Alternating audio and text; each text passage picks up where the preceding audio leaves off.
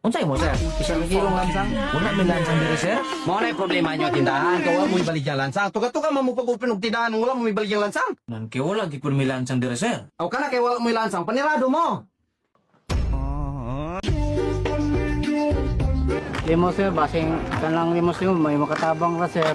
Napungkol na mo sa KTN? Oo sir, dugay-dugay na gina sir, basing kanang mong limos, makatabang anya akong putol nga tiil. Ay, kabala ka.